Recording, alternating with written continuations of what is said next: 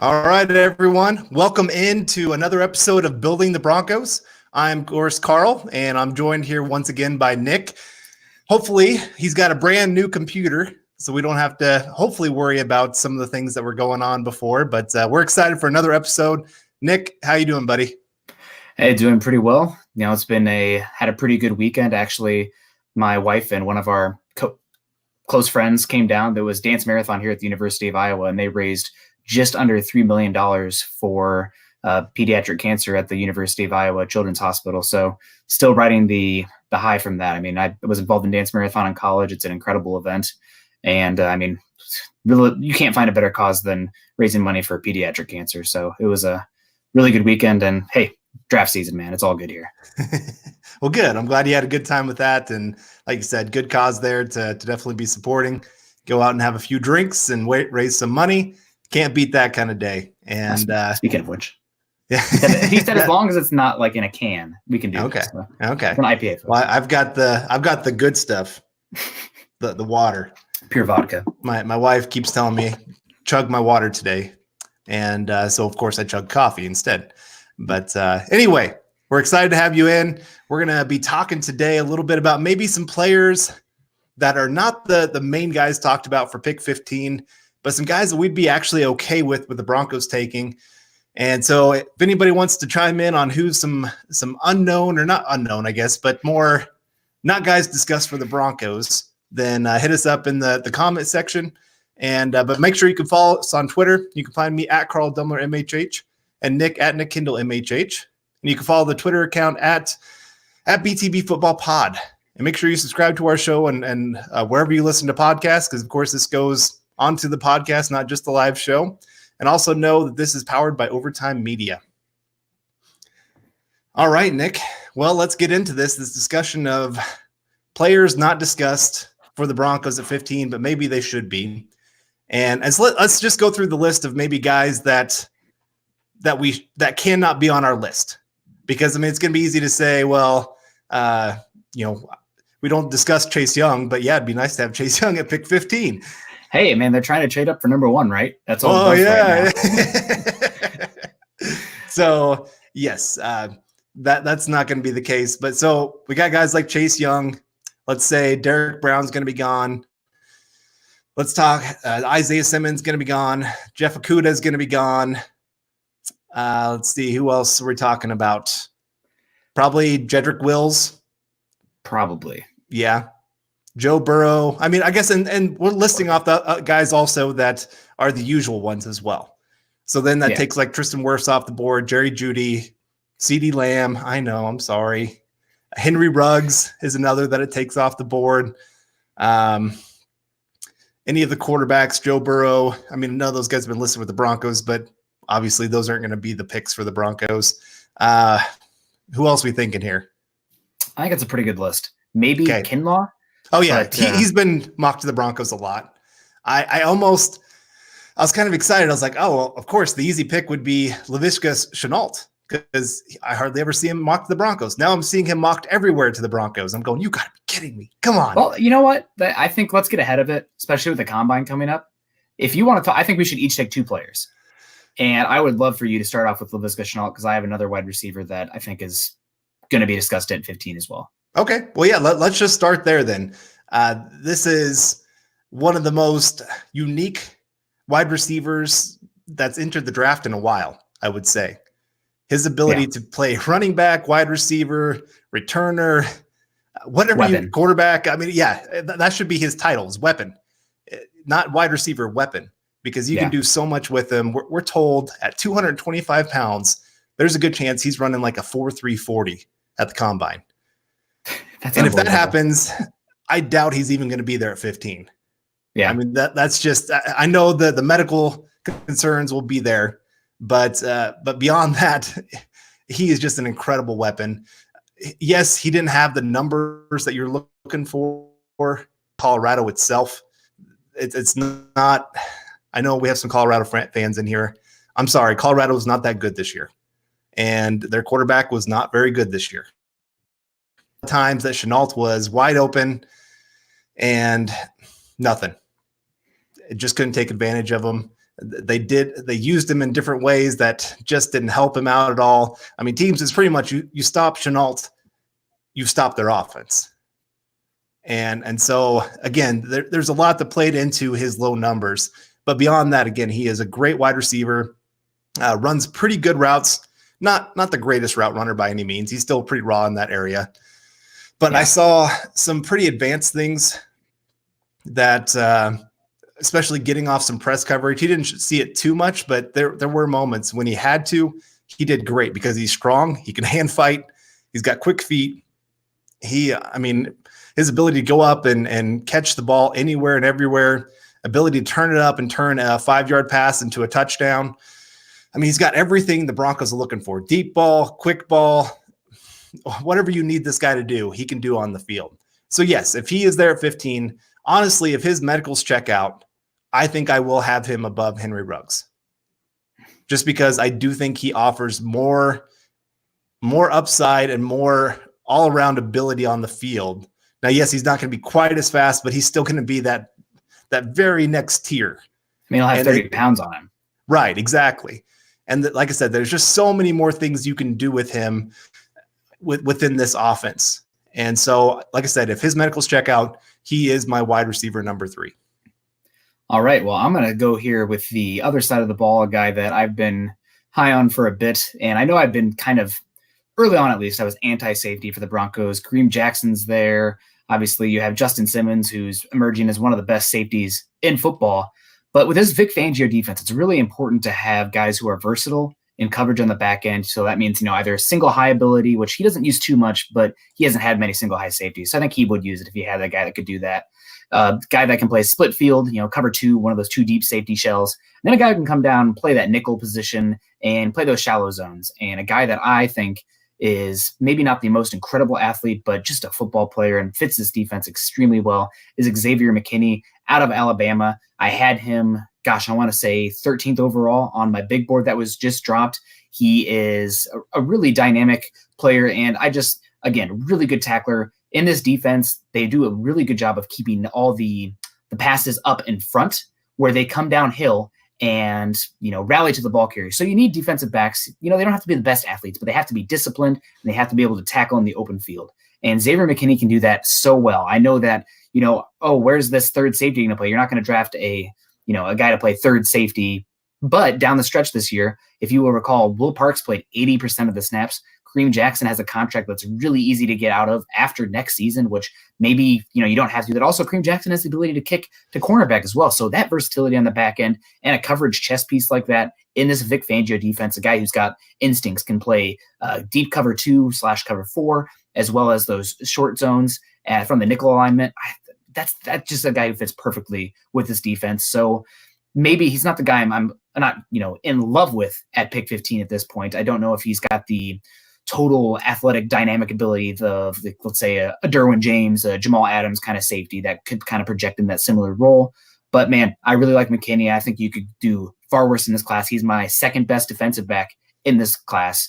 That's ahead of any other cornerback not named Jeffrey Okudah, and he's my number 1 safety as well. So I like him a lot. I think he's a dark horse for them at this stage. I do expect them to attack the secondary more in free agency, but at this point, got to have him on the board. Yeah, I know that they've been working on a deal with Will Parks. Yeah, if they get Will Parks back, I think that takes McKinney probably off the board. Then you can get my guy Terrell Burgess. Yeah, but still, you're right. That ability to play that kind of role, the Broncos used it a ton this year. I mean, when you're playing nickel and you have 3 safeties on the field, like you said, 80% of snaps anyway, that's a starter. Yeah, I mean, the sub package is base today, right? The 4-2-5, that's base. So I know that a lot of people want to talk about the 3-4, the nose tackle, but with how much teams are passing, how much 11 personnel you're going against, your 5 defensive backs is your starting defensive field. They should really start doing that. Honestly, when they're announcing the teams before Monday Night Football, they should forget that third corner or third linebacker / third interior defensive lineman. Get that defensive back out there. That's football today. Yep. All right. Well, let's get to our second guy here then, so we can get to some questions since we missed out on questions last time. I'm going to go. Sorry, guys. Just keep asking questions. If we don't get to something, we're going to go through a little tidbit here, but we definitely want to get your guys' questions. So keep them coming in. Right. So I'm going to go an Iowa boy, AJ Epinesa. And go on. Well, and this is every time that you say this name, everybody's like, we don't need an edge player. And while, yes, it's not the biggest need, that's not what you're going to be asking him to do in this defense. Nope. At Iowa this year, I mean, you can speak to this much more than I can, but they moved him all over that defensive line. I mean, there's plays he was doing 7-tech, 5-tech, 3-tech, whatever you needed him to do, he did, and he did well. Now, yes, is he a little bit undersized for being that true starting defensive end in a 3-4 defense? Yeah. But still, I mean, he has room to add some weight. He's like, what, 6'6", 285? Yep. Something like that. He's got strong hands, strong lower body. Sledgehammer hands. Right. And many times, I mean, he wins the leverage battle. Yep. Weight matters, but leverage matters more. There's a lot of 330-pound men that can get pushed back into the quarterback because they lose the leverage battle. AJ Epinesa does not lose that battle very often. Yeah. And yeah, his numbers were not great this year to start off the season, but you look at those last, 5-6 games of the year, the guy was one of the most dominant players in all of college football. And so I'm all for it. I think he'd fit great into this defense and what they need of that interior pass rusher between Von Miller and Bradley Chubb. I think he's a guy that can really build that defensive line all the more because that is a huge need. I mean, we're talking about Javon Kinlaw possibly. I mean, the dream is Derek Brown, but there's no way that's happening. Your boy Elliott is another that we've been hearing has been rising up boards, more media boards than NFL draft. NFL boards have known about this guy for a while. Yeah. But yeah, that kind of player in between Von Miller, Bradley Chubb, it would be exciting to watch. So I'd be all for it. I do want to get to this real quick before it disappears. Shadif Henson, I really appreciate your donation, man. And I understand the O-line is top priority, but I like Chenault, Rager of TCU, and Ayuk. I like all those guys. Well, Wouldn't mind a single one. This is a good transition for me. So there you go. Perfect. I was going to say is a definitely in play for the Broncos at 15 that has not been discussed so much yet because you hear a lot of Jerry Jeudy, CeeDee Lamb, and Henry Ruggs, and even more Laviska Shenault because obviously the Colorado connection and the preseason hype. But Jalen Reagor, oh no, am I being a robot again, Carl? No, you're good, man. Oh, he's giving me a hard time. I'm on to you, Joey. All right. So new computer. Hopefully that doesn't happen. But Jalen Reagor, wide receiver from TCU. A lot of people obviously talking about the speed of Henry Ruggs. Jalen Reagor's right there behind him. A guy who had obviously a way worse situation this season in the passing game. People will say, well, he didn't go against SEC competition, but he didn't have Tua Tagovailoa throwing him the football. He didn't have Jerry Jeudy or Jalen Waddle or, the number of other wide receivers that Alabama had, or the offensive line, just the system in general. So Jalen Reagor, a down season this year. If you watch his games, you can talk about, you touched on it earlier, Steven Montez struggled with the quarterback, or he struggled in general getting the ball to Laviska Shenault this season as Laviska dealt with some injuries. But Jalen Reagor also had just horrific quarterback play, probably some of the worst quarterback play out of any of the Power Five in the game. And I think he was extremely limited in that regard. Now, is he going to run as fast as Henry Ruggs? I don't think so. But I honestly think he might be as dynamic, if not more dynamic than Henry Ruggs, because I think he's got more looseness in his game. Now, Henry Ruggs, if he gets the ball and he's got a line, slant and go, he can go. He's gone. But Jalen Reagor's got much more wiggle to him, a little bit more nuance. And that fluidity, I think, can be make or break in today's game. So I love Reagor a lot. I know that in my last mock draft, I mocked him to the Broncos in the second round because I fully believed that was going to be my only chance to ever project him there. And the dream, I've said it since September, it's Wirfs and then Reagor round 2. But honestly, I think coming out of the combine, Jalen Reagor, he's going to be 5'11", 195. He's going to run a 4.340. He's going to jump out of the gym. He's a track star in high school. He committed to Oklahoma. I can't even imagine how good he'd have been at Oklahoma with CeeDee Lamb this past season. But he ended up going to TCU, and he is a former his father played for the Broncos as well. So I see a comment here. Reagor is kind of small. I actually saw a graphic the other day that he actually is one of the top 5 highest what's the thing I'm looking for? BMIs of any of the wide receivers in this class. So while he is only 5'11", 195, this dude is an absolute jacked player, a unit. He's not Deebo Samuel or he's 210, but 195 and running a projected 4.3. Dude is not small. I don't think that's true. He's short, but he's thick. There's a chance he'll weigh more than Jerry Jeudy when we get to the combine. I think he can weigh more than CeeDee Lamb. Jerry Jeudy, I think last time I checked, was 192. And Jalen Reagor is right there at about 195. So, I mean, they're close in weight, but you got to also factor in he's 2 inches smaller. So he's thicker is what that usually means. So, 3 C's. I'm with you. I do want to talk a little bit. Go ahead. Just a couple things about Reagor, though.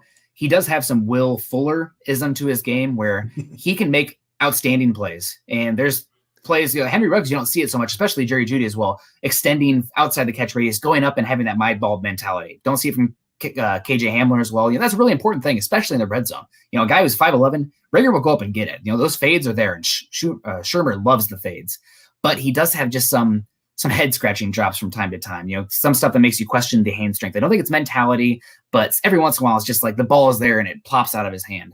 So that's the Will Fullerism in his game. I still think that he's dynamic enough and speed is at such a premium that you still look that way. Yep. So I think he's a dark horse at 15. I think Woody Page talked about him coming out of the combine. And if you guys recall last year, Woody Page linked Drew Lock to the Broncos coming out of the combine as well, saying that Elway loved him.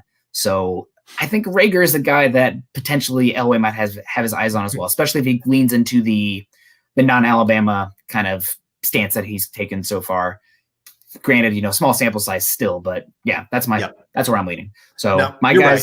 Xavier McKinney, I guess Alabama. Let me shoot myself in the foot there with that statement. And then Jalen Reagor, and for you, AJ Epinesa, defensive lineman from Iowa, and Laviska Shenault. Yeah, of course, Colorado. Yep. And you're right. I mean, those guys, once they run at the combine, their stocks are going to skyrocket. So right now somebody they might will be there, though.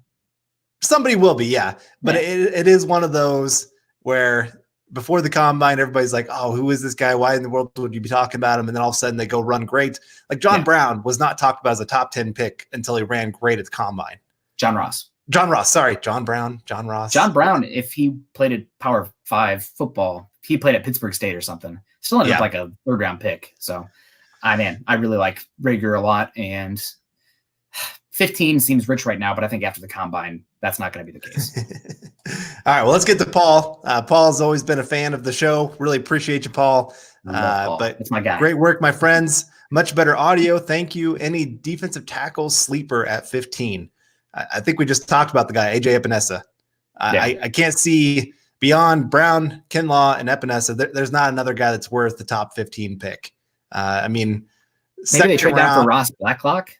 Like I've seen him get some first round hype, but he's got injury history. You would talk about injury history. He has injury history as well. So not the best interior defensive line class. However, it's a really good interior defensive line free agency class. So I'd be shocked if they didn't walk out with 2 guys that you could feel pretty solid about down the stretch here. And also Draymond Jones played really good down the stretch as well. So, defensive line, if they go that way, it's great, but it's not make or break. All right. Well, let's I'm trying to scroll back up because I don't want to miss the early people getting questions in while we were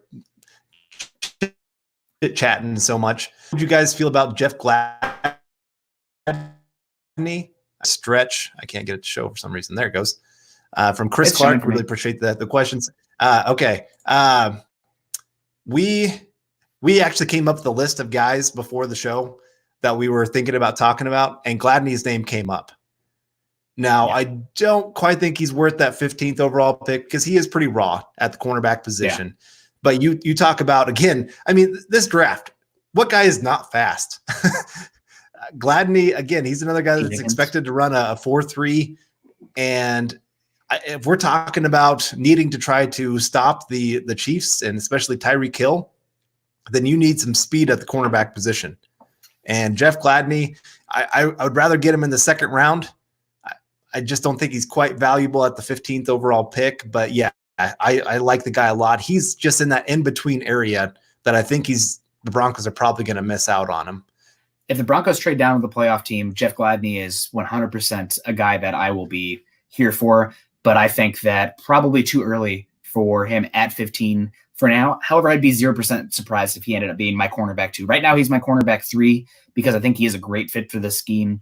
And he's feisty. He really reminds me of Jair Alexander who is another guy who's a little bit diminutive, but man, he barks constantly. And I love that. I know that Denzel Mims said that the toughest guy he went against in his career at Baylor was Jeff Gladney. So watch for him. It's after Jeffrey Okudah, it's a huge hodgepodge of different cornerbacks. We'll see how it ends up shaking out, but that'll be an interesting one. I like Gladney a heck of a lot. 15 right now feels a little early. If he kills it at the combine, I can be talked into it. I like him that much. Yep. But right now he's more of I just like that second tier of cornerback so much that I don't want to take the first guy off that second tier. If you can trade back and get some more value, maybe some 2021 capital as well, then we're talking. But 15, maybe a little bit early for me. Yeah. I did want to get to this one from Blake Ristow. Is there any word about number 72? Of course, talking about Garrett Bowles. Are we getting rid of him? No. Right now, there's the conversation is whether to sign him up for his 5th-year option or not. That's a good question. Yeah, that'd be probably a bigger question that's going to happen right now. Thankfully, they can wait till after the draft to make that kind of decision, so they can kind of see what kind of guys they get free agency draft wise. But right now, Garrett Bowles, I think it's a pretty big lock that he's going to be the starting left tackle for the Broncos in 2020. Now, beyond that, we don't know. But 2020, I'd say it's about a 95% chance that's what's going to happen. And he played pretty well down the stretch. I think that obviously the beginning of the season was not good. There's a little bit of PTSD going on there because he has struggled. He'd be the first to tell you, but he hired his own personal coach whose name is escaping right now. I want to say it's Laser. Maybe that's the wrong one. Former offensive line coach of the Bengals, now his own personal offensive line coach. And he played better down the stretch. So obviously, I want to evaluate him when the right tackle position isn't such just an absolute black hole that it's been, because right now I feel like teams are attacking the right tackle because right tackle is such an issue. I mean, Elijah Wilkinson, bless his heart, he was really bad last season at right tackle. Might get a chance at guard this year, but really struggled. And when that happens, teams are like, Garrett Bowles, we could probably beat him, but this guy on the right side is getting absolutely whipped right now. Why wouldn't we scheme to go against that guy? So that might be part of Garrett Bowles doing better. Also, they did more protection with tight ends, chips, running backs, et cetera, et cetera. So we'll see, but by all indication, listening to Elway, listening to anybody, but Ben Albright, Cecil Lamey, Eric Trickle, that doesn't matter. They're all saying that Garrett Bowles is probably your starting left tackle in 2020. It's a make or break season for him.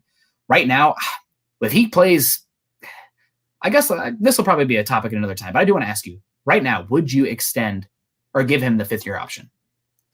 Right now? Yes. Let's say the Broncos take a tackle round 3. No. You wouldn't give him the 5th-year option. I hate the idea that there's a really good chance that in 2021 the Broncos could have 2 starting new tackles. I mean, and that's breaking in a lot of. You like to stagger that if you can. Yeah. But I right now he hasn't proven enough to me. I mean, he's had 2 years in a row where he closed out the season looking good and showing some promise. And then he really regresses back to what he was before. And so I have a hard time wanting to go ahead and commit 5th-year option kind of money to him. I'd rather not commit to that. And then if he plays great, then sign him to a long-term deal. I'd rather go that direction. For me, I think the biggest thing is right now he is a value on his deal. I mean, say what you want. He played average left tackle last season, and he's making way less than average left tackle money. I mean, imagine if you paid Nate Soldier. I know using a first-round pick and 20th overall, you haven't gotten the return you want, especially when Ryan Ramczyk is doing as well as he is with the Saints. But what's the one thing that the 5th-year option is guaranteed for, Carl? Injury.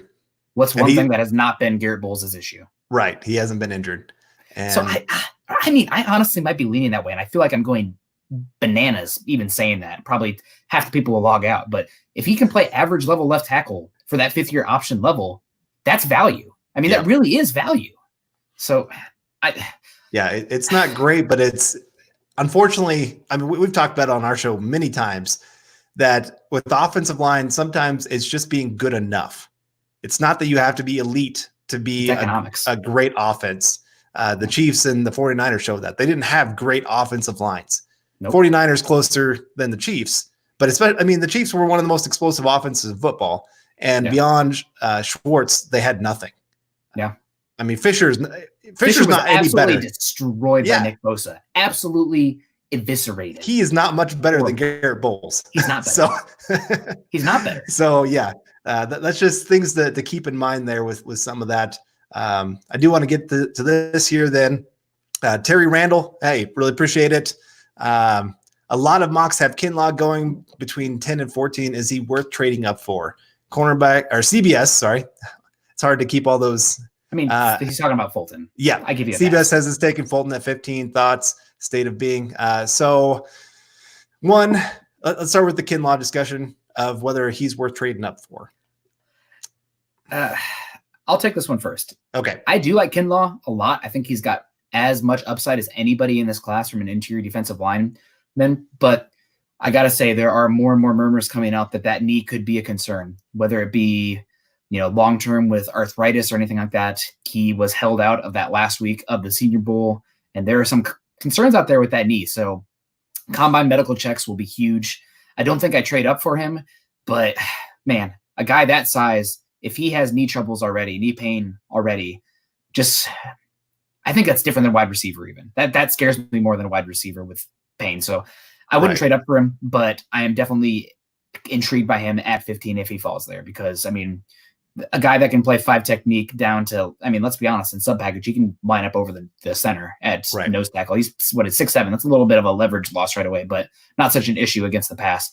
So I wouldn't probably not trade up for him, but if he's there, I'd look long and hard, even if that knee is a little bit of a concern because the upside is that immense. For cornerback, another guy with an injury concern, maybe Fulton, shoulder injury. We'll see more at the combine, but right now, if there's any defensive back I'm taking at 15, not named Jeffrey Okudah, it's probably Xavier McKinney, just because the versatility he has. I like Fulton. I just don't like Fulton. Yep. Do you like him? No, you're right. I'm in full agreement with you. Kinlaw, I think one of my other issues to add on to what you said is I'm not sure how much production you're getting year one. Yeah. I mean, defensive tackles already have enough trouble, and he is very, very raw. Now, he is gifted. Don't get me wrong. He could easily become a top 5 interior defensive lineman. I think when I was on with Eric, he kind of compared him to his love for Chris Jones. Yeah. Now, Chris Jones, even when he came into the league, his first year, his rookie year, he was not the stud that he is obviously today. He came on, though. He did. But I'm just all rookie team for PFF because the last 6 games he had 5 sacks. Right. But he was even more advanced coming in. Yeah. Than Kinlaw. Mm-hmm. And so Kinlaw wins a lot of reps, but then he doesn't know what to do when he wins. That's his major issue. And now I like his idea of working with Bill, be a great pairing. But again, if I'm trading up, I want somebody that I'm expecting to get really, really big production from year one. And I'm not sure that I see that with Kinlaw. With Fulton, there's other cornerbacks I like better. I think there's others that are a much better fit within Fangio's defense. He's not always known for his desire to tackle. Just that he's not always the most willing or guy that's running in there trying to make a play. Yeah. If it's coming his way, he'll go and do something. But if it's not all that close, he kind of just goes, somebody else will take care of it. It's just making it's making a business decision, and I can't blame him. But so yeah, we should get to the next one here. Yeah. This is from Jordan Johnson. Really appreciate it. See, you're wearing one of our Mile High Huddle hats. Appreciate that. Hey. We were actually just talking to Chad before the show that we were planning on getting some Building the Broncos merch in the store here pretty soon. So, hey, Nick and Carl, can each of you name your top 3 mid to late round gems that can be had in this year's draft? Oh man, I'll let you start on this. Mid to late round gems. Well, I really like a running back that I really like, and it was in my mock draft, is Salvin Ahmed. He's supposed to run a 4.3 40 and has a lot of tread left on the tires. He was a running back at Washington. They utilized him pretty well in the pass game, but that speed, I'm sorry, guys. I know it's kind of a common thought process / cliche that you want to stack, thunder and lightning. I think if you're going to use the run game in today's NFL, it needs to be explosive. So those guys, those plotters, I'm done with them. I need to stack speed on speed. I need multiple guys that can be explosive anytime. I think you can generate, that 4th and 1 with the quarterback if you need to. Granted, maybe that's me coming back to Iowa where Nate Stanley just killed it on 4th and 1 this year on all the sneaks. But I really like Salvin Ahmed a lot, a guy that I think I've first heard about him from Dane Brugler, and then I've also heard Eric Trickle sing his praises. John Hightower from Boise State. If you're looking for a multidimensional speed guy, jet sweeps, screens, seam routes, John Hightower from Boise State is a really explosive wide receiver. I wouldn't be surprised if he killed the combine and moved up. I know he had some issues with his hands at the Shrine game, in the practices for the Shrine game, but I really do like him a good amount. And then, gosh, a guy that I like late. Here, Carl, you take a couple. Let me ponder for a second. Okay. All right. Well, I'll start with my offensive lineman. This guy, he is high risk, but really high reward. Netane Muti of Fresno State. And he's played 5 games in the last 2 years. He's had 2 Achilles injuries already, and then had a Liz Frank injury this last year. So injury concerns have to be huge for this guy, but he is first-round talent when healthy. He is, his hands are kind of like, I'm talking about AJ Epinesa, a guy that just punches with such force. This guy wants to go destroy people. And so I love his game. I love watching him. If you can plug and play him there, even if say you get him there in the 4th round and put him in there for just his rookie contract, I think he'll outplay that contract by quite a bit. Now, again, injuries have to be a huge concern, but when you're talking about 3rd round and on, you're talking about risk players anyway. You're talking about trying to find that diamond in the rough. So he would be one for me. I'm going to go also just kind of a wide receiver that we don't talk about. I don't think we've really talked about him on the show. You and I have talked about him personally, but Donovan Peoples-Jones, wide receiver of Michigan. I think he is a very underrated wide receiver in this draft. I think he's going to probably go higher than a lot of people expect, just because all these other guys get hyped up, but he's athletic. He's got great hands. He's got great ability in the open field. He's a willing blocker. I mean, just he does all the little things right in his game. He reminds me a little bit of N'Keal Harry. Yeah, I can see that out of the gate. Yeah, so those would be 2 for me. I'm trying to think of another one that I would add to that list. I had one off the top of my head. Okay, go ahead. Because I had thinking of Donovan Peoples-Jones. Man, it's gonna take me a second. Do you have another one? I guess I'll go. I mean, I think some people in the area know him just because he's part of the Pac-12. Zach Moss. I just want to mention him just because I know the Broncos are obviously looking running back to pair with Philip Lindsay. I know that Freeman has his fans out there, but Zach Moss, he's one of the most balanced runners I've watched. I mean, you try to go low, he keeps his feet underneath him. He's always got his feet moving. He's great with his vision, seeing holes open up. I really, really like his game. He's not going to be an explosive athlete. He's not going to be this absolute stud that's going to take a 70-yard touchdown by any means, but he just does everything well. And so I wouldn't mind the Broncos taking a mid-round pick on him for the running back position. I had somebody earlier asking me on Twitter that all these running backs that are getting ready to be cut by NFL teams, what would I do if I would take any of them? Because I know Freeman from the Falcons is the newest one. I know Johnson from the Cardinals, and who's the other one? Gurley is one. Oh yeah, Gurley. Yeah, Gurley with his name. So all these big name running backs, would I take a chance on any of them? And I said no to Freeman, and they said, well, why didn't you go to the draft? And my problem was a lot of the running backs they listed were ones that are going to go much earlier than probably what I would feel comfortable the Broncos going running back. And so, I mean, you're talking about like the DeAndre Swifts and players like that either going late 1st round, early 2nd round kind of thing. But this is Zach Moss is going to be that mid-round guy that I wouldn't mind taking a chance on. Yeah, definitely. A guy for me, I really am interested. His name is, I'm trying looking him up right now, Colorado. Taylor, linebacker from Colorado, is very raw, was at the Shrine game. And I know that he is, I believe, Latter-day Saints. So he did not play football in high school and then went on to Colorado.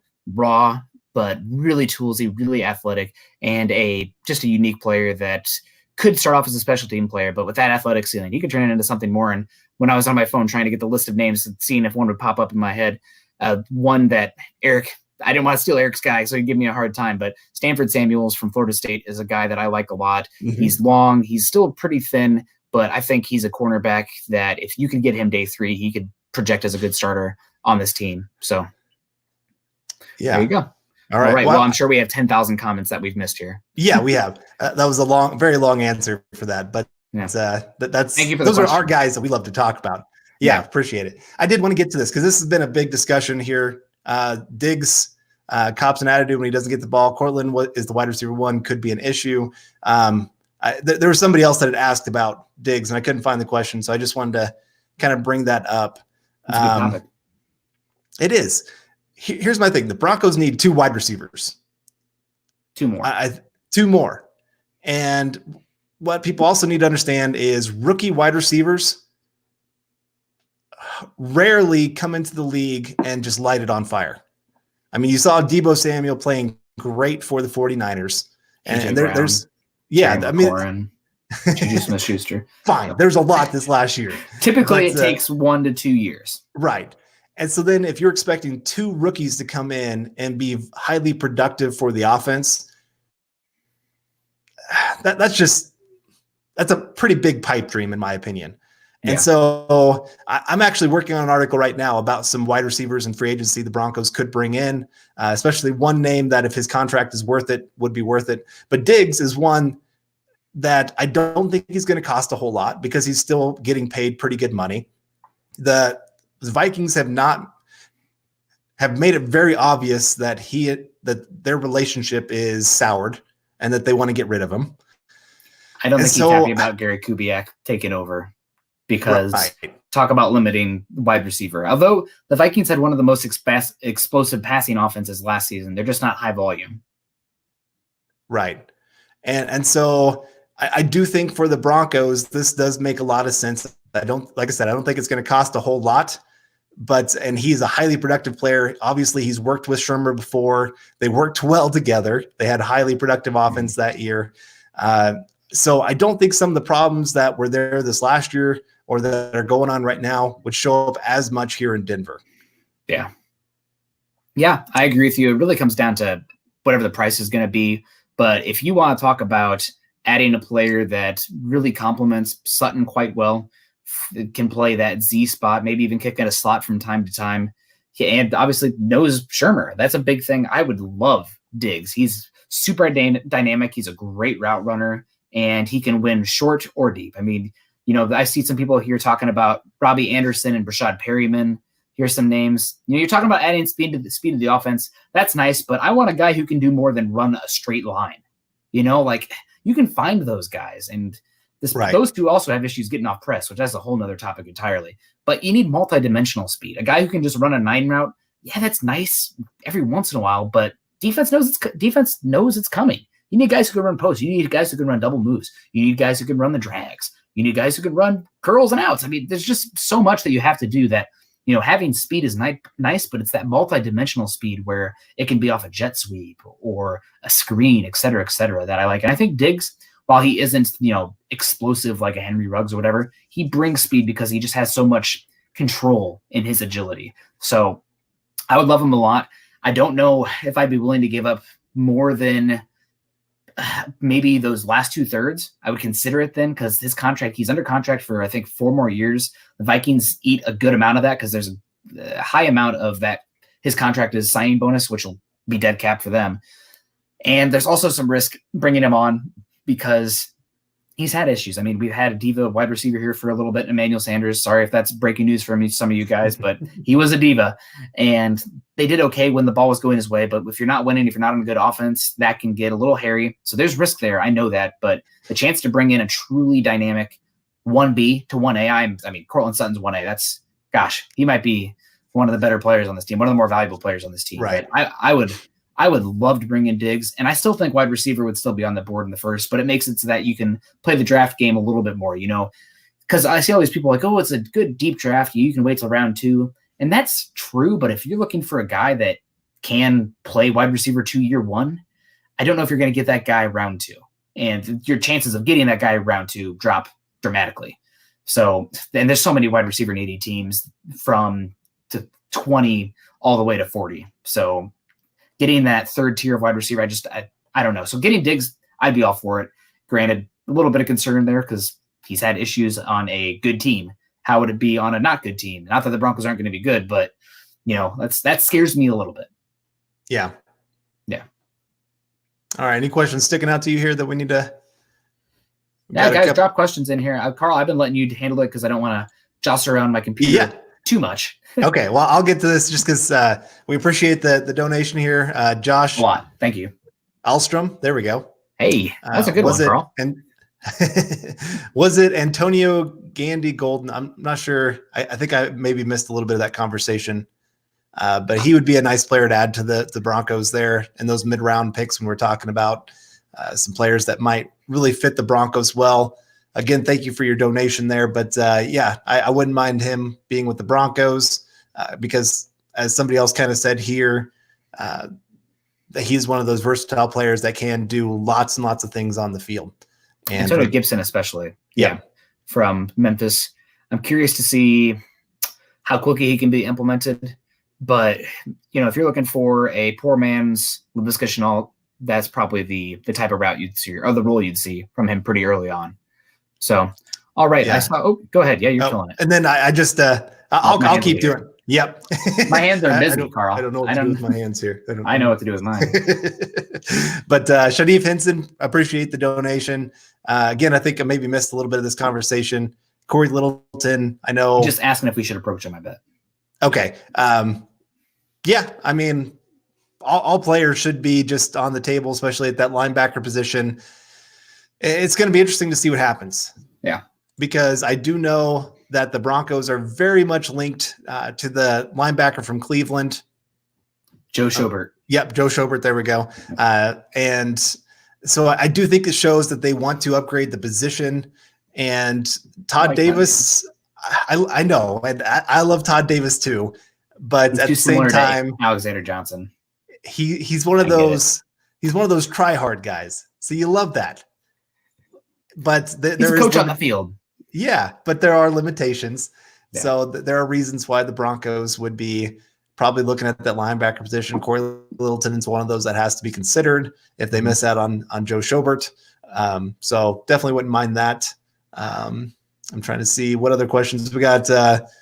Byron Jones or Chris Jones? This is a good question. Not brothers.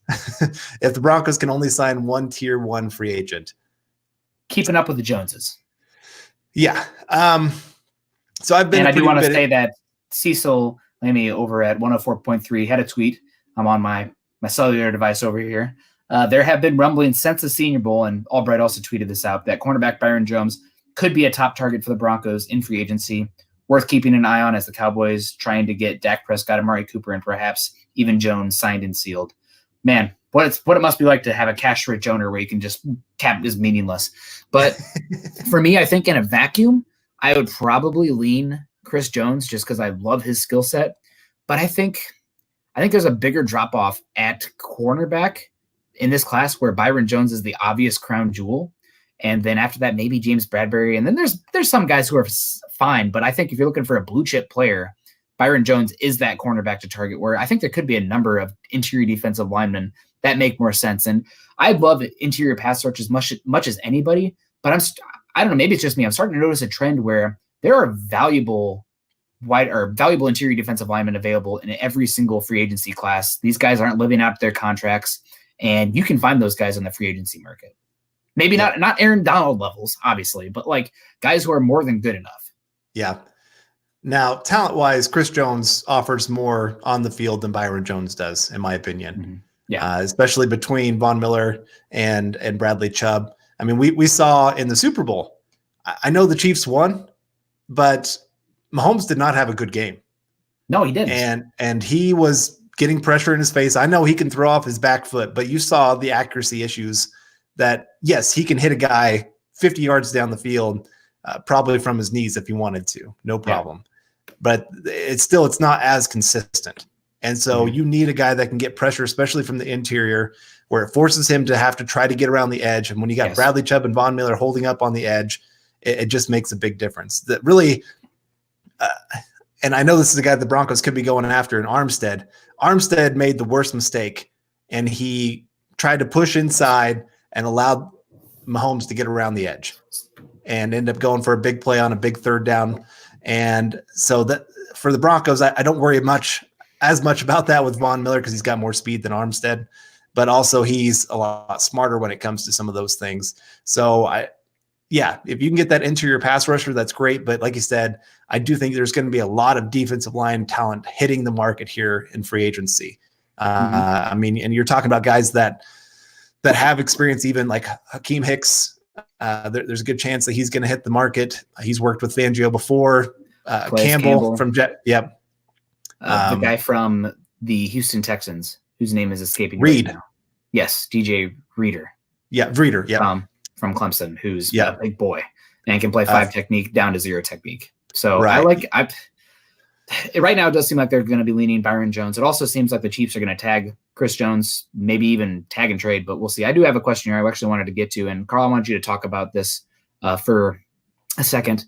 Why this wouldn't be the case? Would it be a slap to Sutton if they go wide receiver in the first? And I will just preface this by saying I think nobody on the Broncos would be happier, besides Drew Lock probably, with the Broncos going wide receiver in the first than Cortland Sutton. And you probably know why, and I'll put that on a tee for you. Okay. Well, and this is when there's other people that teams have to focus on, it opens up more opportunities for you as the wide receiver. You look at the great offenses. Well, I mean, we're always talking about looking at the Chiefs and the 49ers and what they did. They are multidimensional in their weapons because it opens up so much for every single player. And for Cortland Sutton, he got the king's ransom of targets, but most of his targets were still with him double, triple covered and having to make ridiculous plays on the field.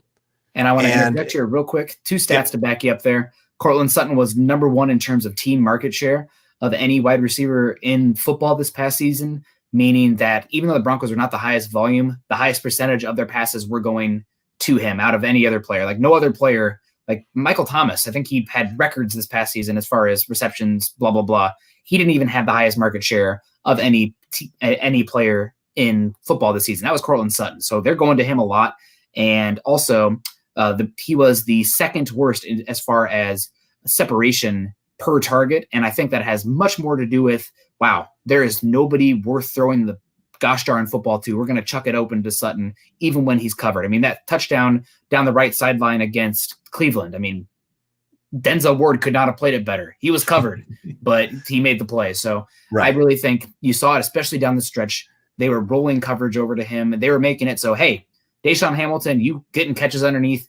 Good for you, buddy. We're not letting number 14 beat us. Right. So, and that, I mean, it worked. I mean, the Broncos still won, but like Cortland Sutton was limited. So getting a guy who can open things up for him and dictate coverage opposite him, there's a reason that wide receiver has been so talked about. It's because you have to have that guy, and it just has kind of a synergistic effect all the way around. Right. And like I said, if you're looking at the 49ers, you're looking at the Chiefs. The Texans. You're looking at, again, they're so multidimensional in how they can attack you. If you want to play zone, well, Travis Kelce's going to beat you. You want to try to play man coverage? Well, good luck against Tyreek Hill trying to keep up with that guy. So you dictate how a defense has to try to cover you, and it's pretty much them having to pick and choose who's going to beat you that day. Yeah. And so for Cortland Sutton, he's still going to get his king's ransom of opportunities, whether there's a great number 2 or not.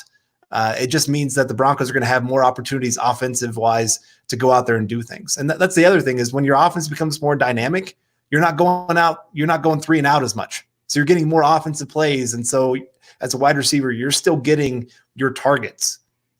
I think the Broncos can have a more balanced offense this next year. I mean, they still played pretty conservative because they just didn't have the weapons to go attack a defense. And that's part of the reason Scangarello's gone. Right, exactly. And so, for the Broncos, it would be huge for them to get another guy across from him, and he should not view that as an insult one bit. It's what you need. You need to be able to add weapons, and like I said, I think he should be one of the happiest people that there is. All right, we got Paul here again. Hello, Paul. We love you. Thank you for being one of our champions of the Super Chat. Draft crazy top day 3 selection.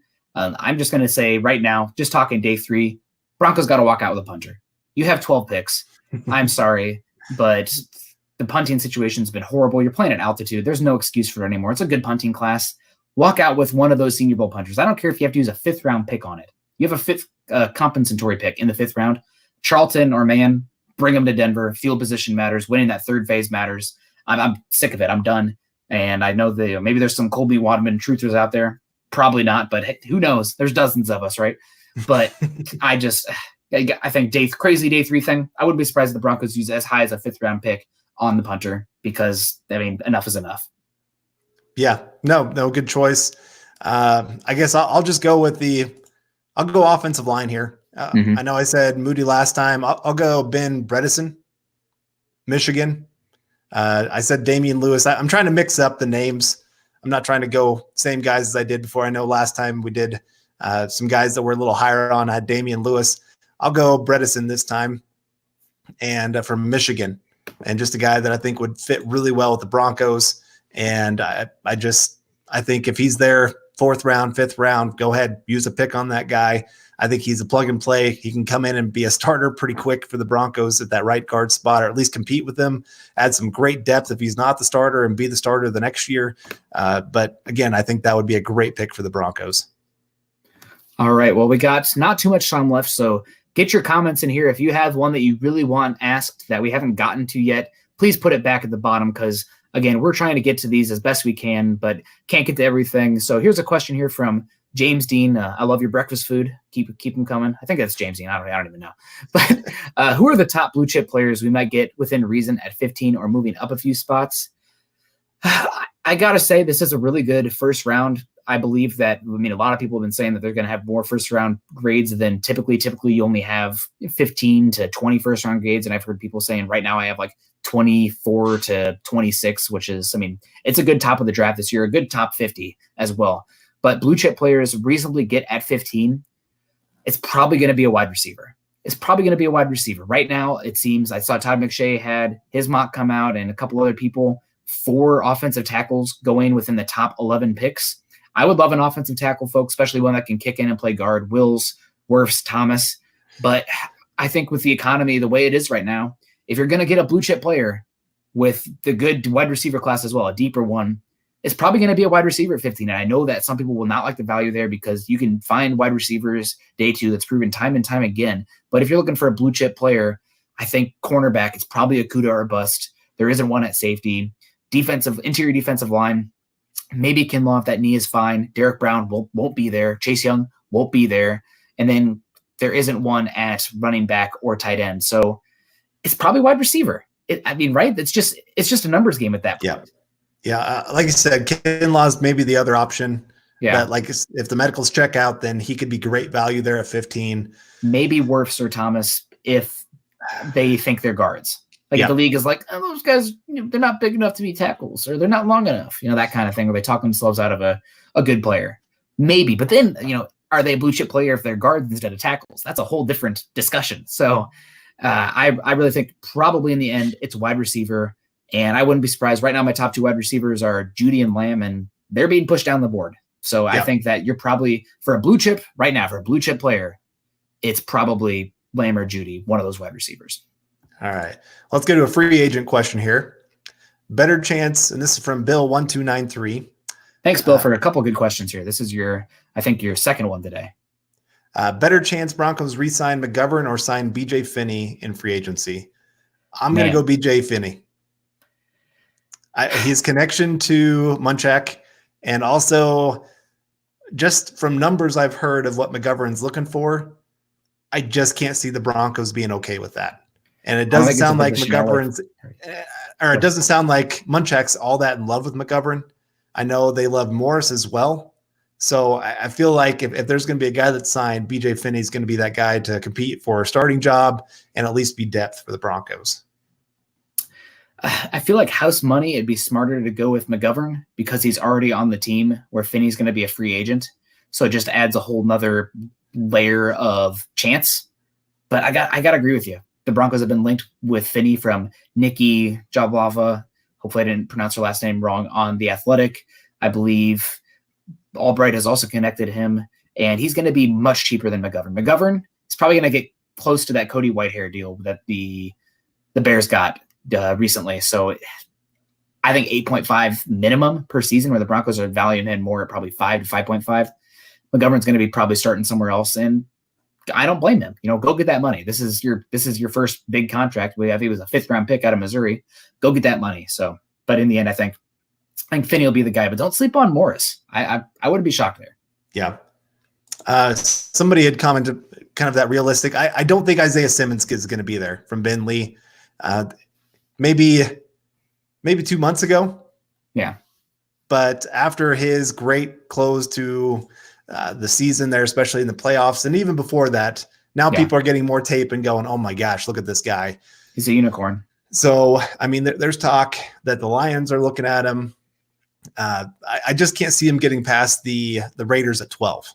That's the big one. The Jags. I agree, but I'm just saying, I think that the Raiders are like his floor, unless he absolutely tanks the combine. Not happening. And he's not going to do that. But they're at 12, especially and that would stink big time if the Raiders got him, because they need linebacker help, they need coverage help, and getting him. They'd use him wrong, though.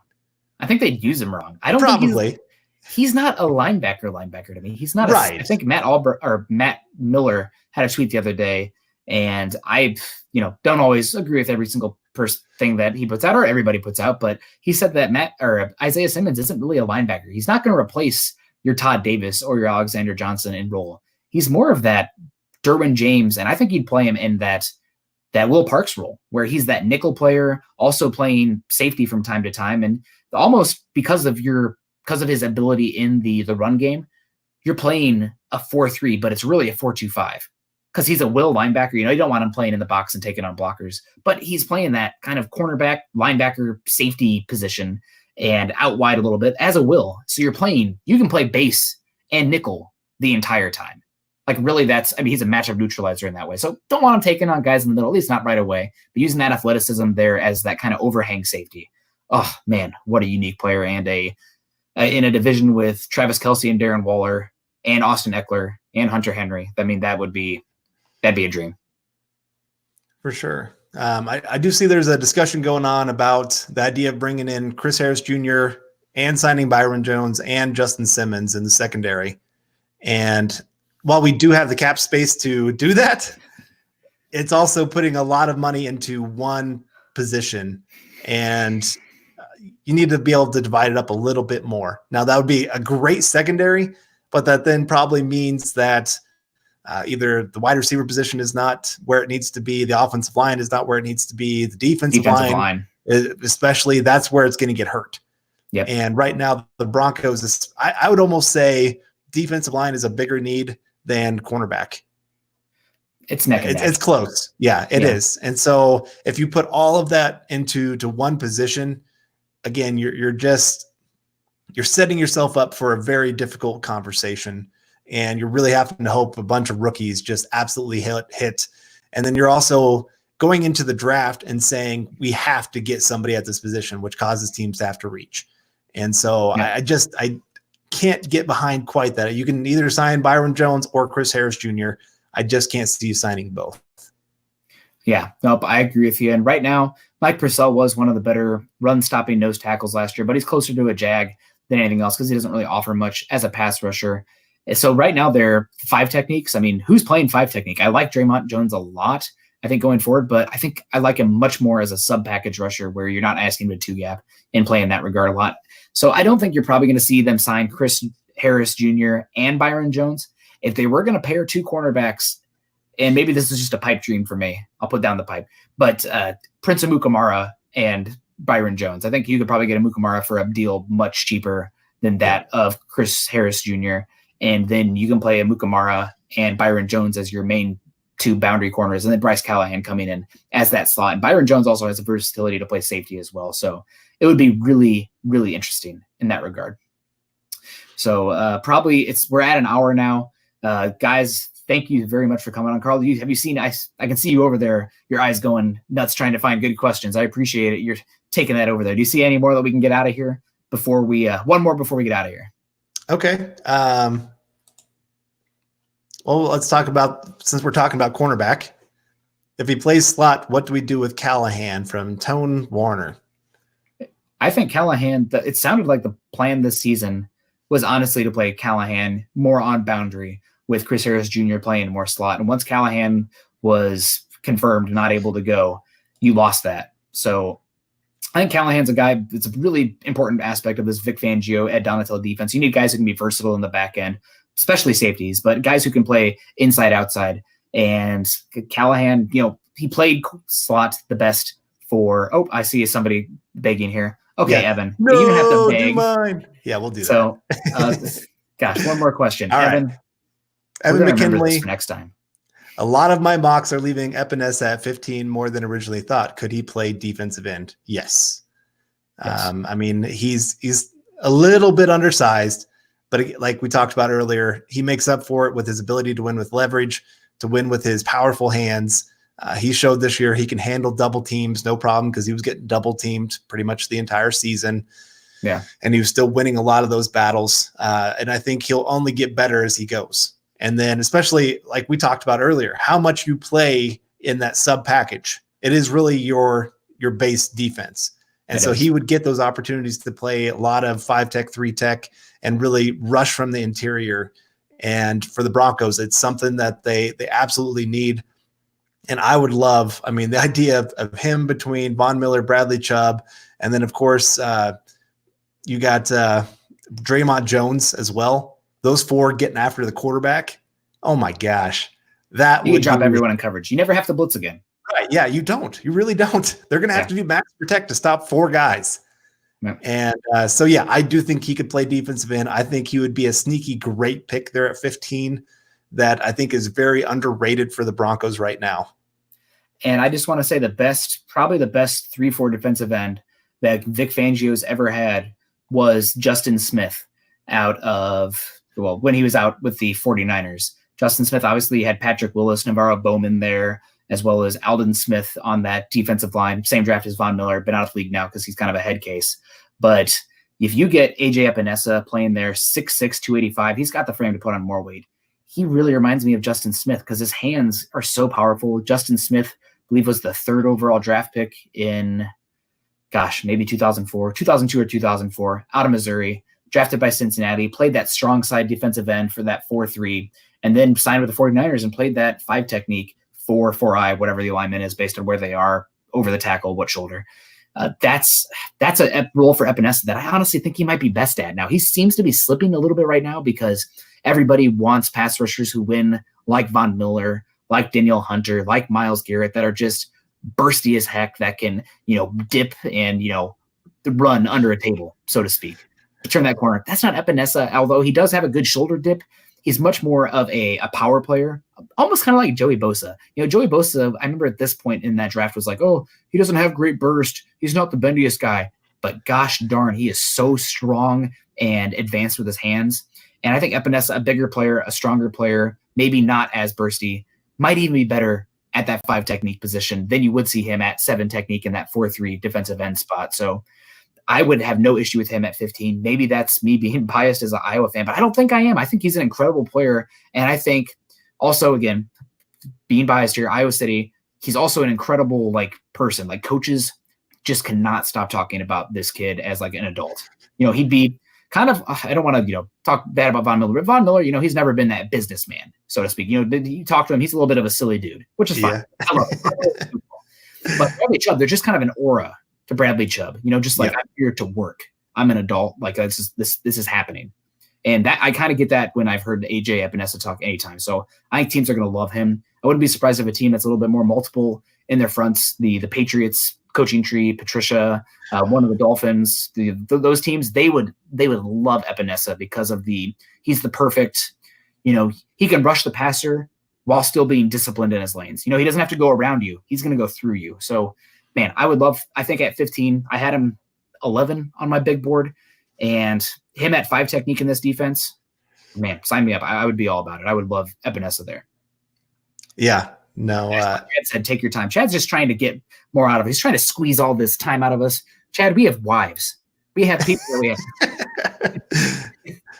My family's actually probably going to bed right now, but no, we really appreciate all your guys' questions. And I know we've missed quite a few because we talk too much. And you know, if you want to hear people talk about, 10,000 things, but only an inch deep, that's not what we're here for. We're building the Broncos. We're going to talk about, an inch wide, but a mile deep. We're going to get into like the technical aspects, the schematical aspects, the trait-based stuff. So, I mean, that's probably what you guys are into as well. If you're listening to an hour-long live stream about a couple dudes talking draft prospects for the Broncos and hypotheticals, you're probably a little bit of a maniac like we are. And we love you. No, I mean, absolutely. If you guys, I'm going to take off my shirt. No, nobody, or I'll keep it on, honestly. Yeah. But that should probably wrap up today. Really appreciate everybody coming out. Hopefully this was much better. Shout out to Dell for the new computer as well. They're not sponsoring the pod, but they're sponsoring me being here today. You can find Carl on Twitter at Carl Dumler MHH and myself at Kendell MHH. Make sure you head on over to milehighhuddle.com, an affiliate of the Maven Coalition and Sports Illustrated. You can follow the Building the Broncos podcast and all our other great audio content by subscribing to the Huddle Up podcast, wherever you listen to your shows or checking out the live streams, obviously. You can follow us on Twitter at Mile High Huddle and at BTB Football Pod. Carl, anything you want to discuss before we get out of here?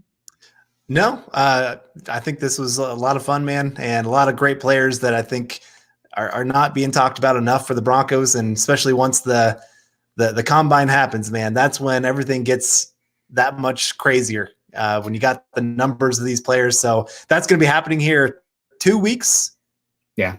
Less than 2 weeks. Yeah, I think so. And so hopefully neither of us die skiing because we're both going skiing here in the near future. Wow. You just really made me panic for a second. I know. I'm sorry. Oh, man. But no, we're excited to really dig into this all the more because, I mean, everything we've been doing all year is preparing for this. So you're not going to want to miss any of these episodes coming up. And I saw somebody say something about a 24-hour stream one day. We might have to do something special like on draft day. Brought to you do a by live stream. 40 pots of coffee. Yes, I can't feel my fingers and I'm still alive. No, that would, yeah. And also we're going to have Eric Trickle join us on the podcast. Obviously not the live stream, but the episode should be out Saturday. And I think we're going to go over his big board. Maybe we'll go over my big board as well. And maybe if Carl gets us a big board, maybe we can do a dueling big board thing here. Not to just spring it on him in front of all these people watching us live. So but challenge flag thrown. Challenge, yeah. But yeah, really, really like you guys. And also before we get out of here, one thing I just want to shout out, Wanna Beast, always on here talking really well. But the chat room is respectable, which adds so much. That's on you guys. That really means so much to me. I know that, on Twitter, Facebook, whatever, a lot of times it's just full of toxicity and vitriol and et cetera, et cetera. I know that it's football and this can be passionate and there's some hot takes out there. I mean, there's passion. That's great. But as long as everybody's respecting each other and, really just bringing their best here, not just us, but everyone in there, but especially us. We're talking to you, Carl. Be more pastorally next time. No, but we really do appreciate that. So thank you guys so much for joining us. Thank you for being the best fans, not only the best fans because you're Bronco fans, but the best of Broncos country. And we will see you guys soon. So for Carl, I'm Nick. Oh, and wear the swag next time. That's on Chad. Chad, send us some swag. We'll see you guys soon. If we did not get to your guys' stuff, please, I implore you. Obviously, I'm very active on there, but add us on Twitter. Hit up my DMs. My DMs are open. At Carl Dumler MHH, at Nick Kendell MHH, and I will be happy to talk anything you have on here. If I didn't get to it on here with the chat, still trying to figure all this stuff out, but literally Twitter constantly. Just ask my wife. So, woof. But anyway, appreciate you guys, and we'll see you next Tuesday. Go Broncos.